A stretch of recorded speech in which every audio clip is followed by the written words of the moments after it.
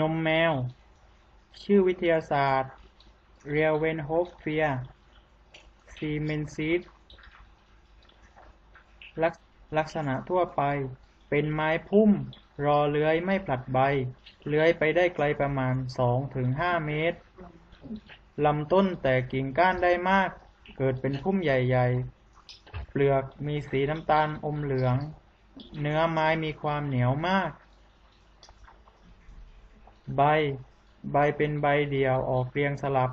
ลักษณะของใบเป็นรูปขอบขนานแก้มรูปใบหอก ปลายใบแหลม โคนใบมน ดอก เป็นดอกเดียว ออกตามซอกใบใกล้บริเวณปลายยอด กลีบดอกหนา มี6 กลีบเรียงกันเป็น2 ชั้น ชั้นละ3 ดอก มีขนปกคลุม ผล ออกเป็นกลุ่ม ในแต่ละกลุ่มจะมีผลย่อยประมาณ 8-15 ผล ลักษณะของผลเป็นรูปทรงกลมรี และมีตุ่มปลายผล คล้ายกับเต้านมของแมว